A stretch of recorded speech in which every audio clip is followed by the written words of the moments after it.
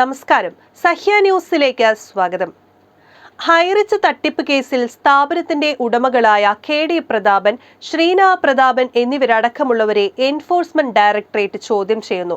കഴിഞ്ഞ ദിവസം ഹൈറിച്ച് കേസിൽ വ്യാപകമായ റെയ്ഡ് നടത്തിയതിന് പിന്നാലെയാണ് ഉടമകളെ ED ചോദ്യം ചെയ്യുന്നത്. കഴിഞ്ഞ ദിവസം കേരളം, ഛത്തീസ്ഗഡ്, മഹാരാഷ്ട്ര എന്നിവിടങ്ങളിലായാണ് ഹൈറിച്ച് കേസിൽ ED റെയ്ഡ് നടത്തിയത്. കമ്പനി പ്രൊമോട്ടർമാരുടെ വീടുകളിലും സ്ഥാപനങ്ങളിലും ഉൾപ്പെടെ പരിശോധന നടന്നു. ഈ റെയ്ഡിൽ 32 കോടി രൂപയുടെ സ്വത്ത് ED മരവിപ്പിച്ചതായാണ് വിവരം. ഏകദേശം 70 ലക്ഷം രൂപ പിടിച്ചെടുത്തതായും റിപ്പോർട്ടുകളുണ്ടായിരുന്നു. ഓൺലൈൻ മൾട്ടി ലെവൽ മാർക്കറ്റിംഗിന്റെ മറവിൽ ഹൈറിച്ച് കമ്പനി 1157 കോടി രൂപയുടെ തട്ടിപ്പ് നടത്തിയതായാണ് കണ്ടെത്തൽ.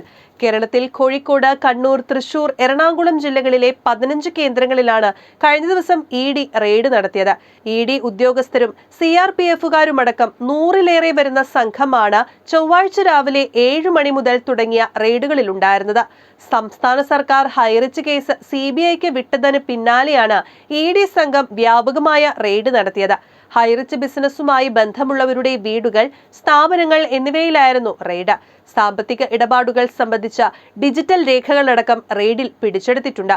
ഹൈറിച്ച് ഓൺലൈൻ ഷോപ്പിലൂടെ അനുബന്ധ സ്ഥാപനം ദുബായിലും രജിസ്റ്റർ ചെയ്തതായും HRC ക്രിപ്റ്റോ എന്ന ക്രിപ്റ്റോ കറൻസി ബിസിനസ്സിലൂടെ കോടികൾ സമാഹരിച്ചതായും അന്വേഷണ സംഘം കണ്ടെത്തിയിരുന്നു. ഹൈറിച്ചിന്റെ 55 അക്കൗണ്ടുകളിൽ ഉണ്ടായിരുന്ന 212.45 കോടി രൂപയുടെ നിക്ഷേപം അന്വേഷണ സംഘം നേരത്തെ മരവിപ്പിച്ചിരുന്നു. News desk, Sahya news.